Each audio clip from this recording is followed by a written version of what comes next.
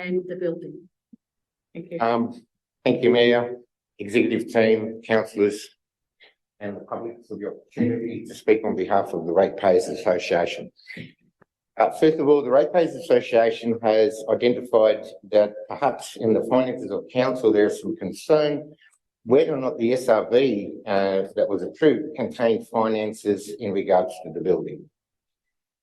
And they are questioning whether or not the commitment of the allocated funds that is expected to occur will place council in a serious debt. And they raise their concerns regarding how long has council known about getting this building replaced. That's from a financial point of view. They then approached me as an individual and a consultant in work health and safety because they raised concerns in your business paper where there was an extreme level of risk identified in a matrix, and I've provided them with a written correspondence which is as follows. The concerns raised by the Ratepayers Association is with respect to the extreme risk level that was indicated in the matrix. Members of the association regularly attend council meetings. It's held in 81 Commissioner Street in the basement, and they're wondering whether or not they are subjected to an extreme risk when they attend the building.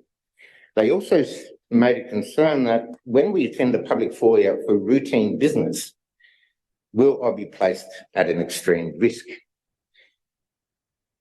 The concerns for safety of all staff, including the mayor, the executive team, all workers and visitors and members of the public, is a shared concern and duty and obligations of all people in society.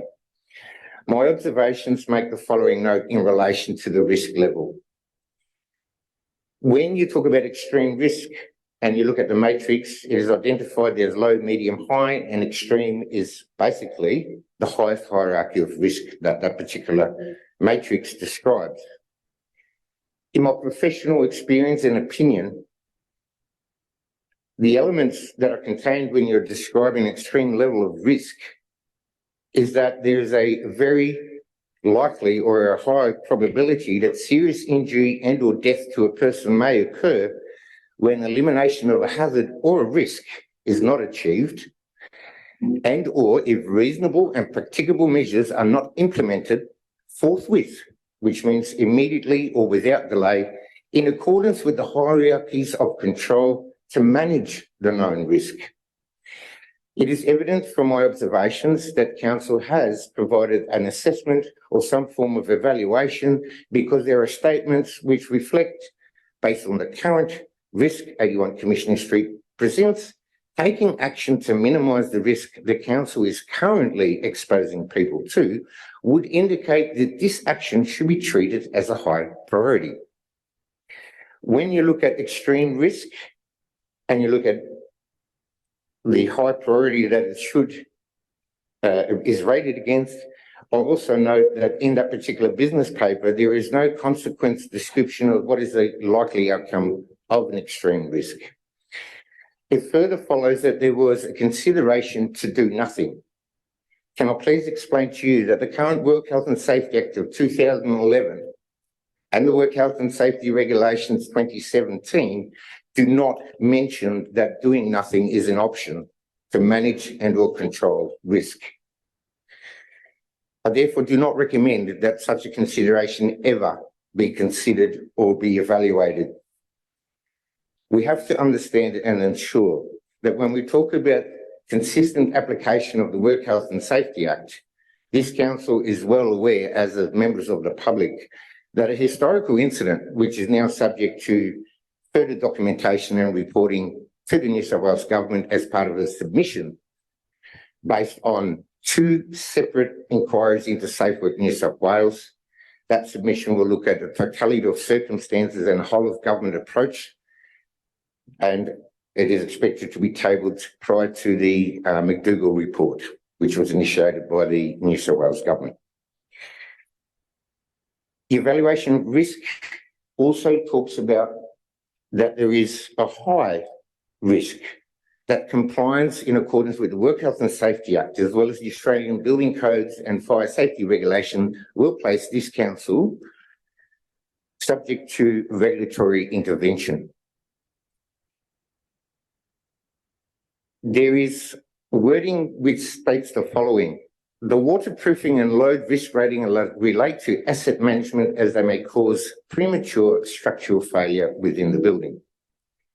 Not addressing the issue with the building leave council facing the prospect of orders being issued to rectify the building and potentially fines for breaching its duty of care.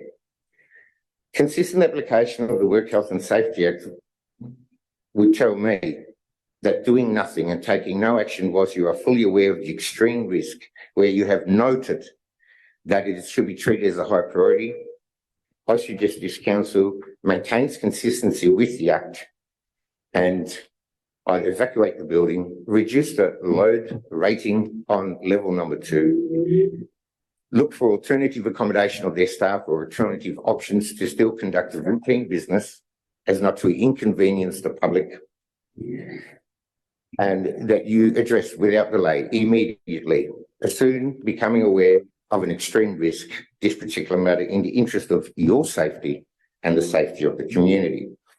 I therefore advise the association to engage with council, put their concerns in writing, be provided with sufficient information that when members of the public and the ratepayers attend meetings, they are not placed at risk of this extreme.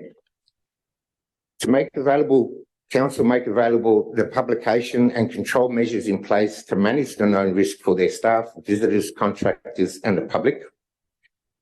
Let council understand that this risk is a foreseeable risk and that this should be communicated to all stakeholders in the community.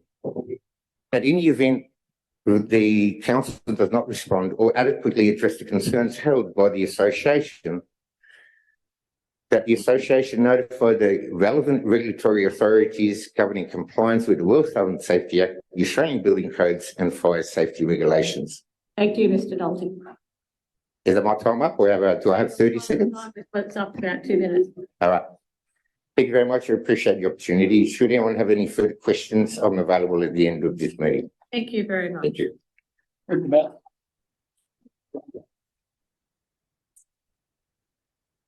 Do I have a mover to move back into our council meeting?